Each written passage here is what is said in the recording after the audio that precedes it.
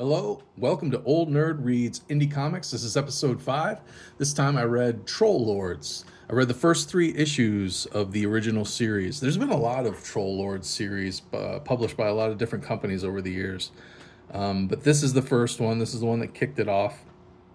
There are about 15 issues in this preliminary series from True Studios.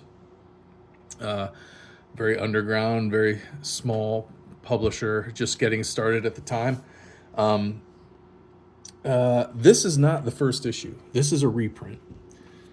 The first issue sold out. They did really well. I think this came out in 85, 86. When was it? 86. This came out in 86. But this is a reprint. This is Troll Lords #1. I guess they're calling it Special Edition. They reprinted it since the first issue sold out. After issues 2 and 3 came out, they released this special edition reprint of #1, and it had some extra stuff in it. As you can see here, Troll Lords 2 and 3 still available, so they had just come out, and then #4 was coming out next, the big pie fight issue, I guess. But this had some extra things in it, some sketches, some early design sketches of the characters. Some early, I think these were early cartoons, not cartoons, but early attempts at drawing the comic strip, maybe. And you can tell the artist is quite good, and you can tell that this is a slightly different art style than what ends up in the book, the comic proper. But yeah, this special edition came out, and with some extra stuff in it, pin up from another artist who I did not know.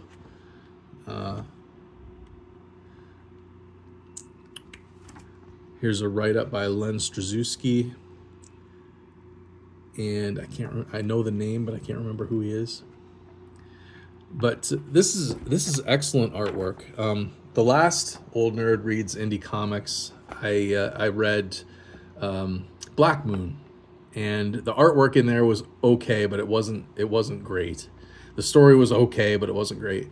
In this case, the artwork is great.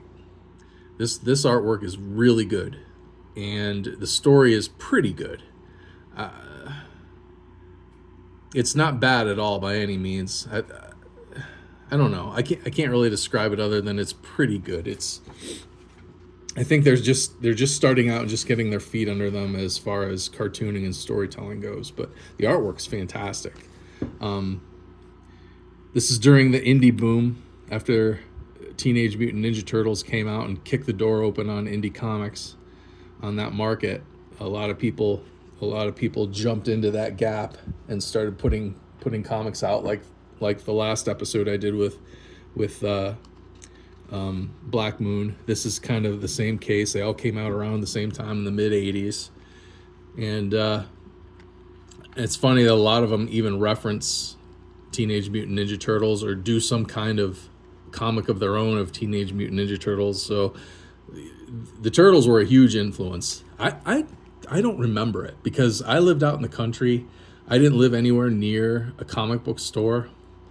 And so I missed out on the Teenage Mutant Ninja Turtles until it became big a few years later, and it was a cartoon, and there were T-shirts and toys and stuff. And then I was like, oh, what is this? Teenage Mutant Ninja Turtles. I had no idea until several years after they made it big in the indie business. But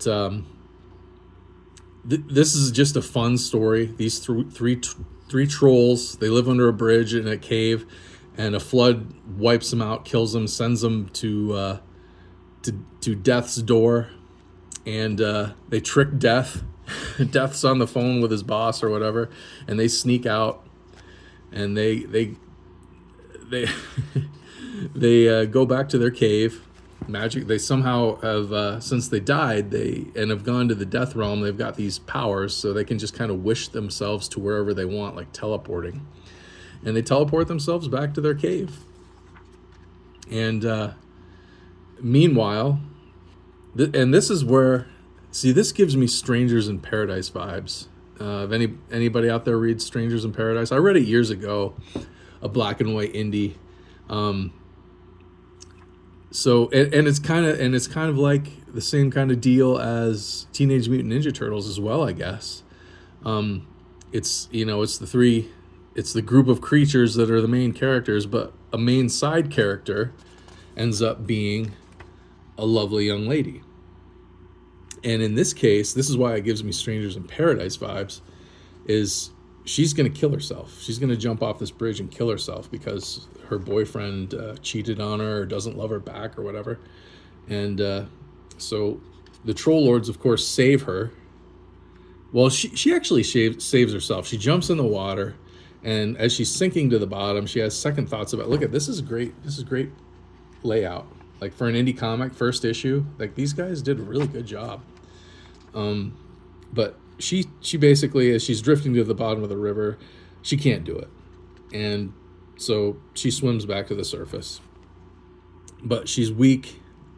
Luckily the trolls spot her and they drag her to shore. And they have to get out of there because there's a hunter. They hear a gunshot. There's a hunter out there in the woods somewhere at night. And so they take off because apparently they've had trouble with this hunter before. She wakes up, assumes that she just floated back to shore.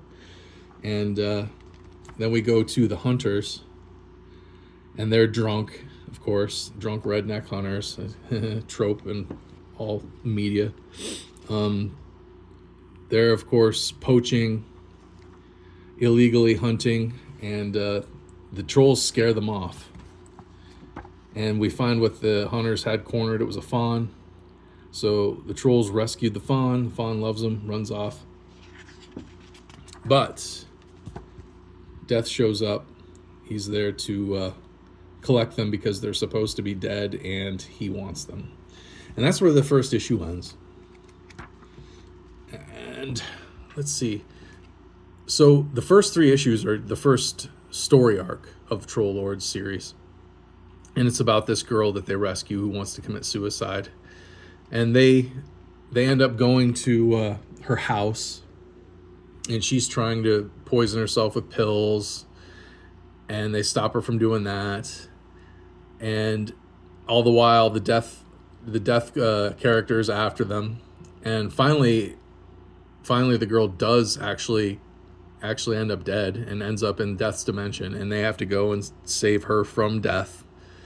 And they end up being friends. So it's kind of like the April O'Neil Teenage Mutant Ninja Turtles kind of dynamic.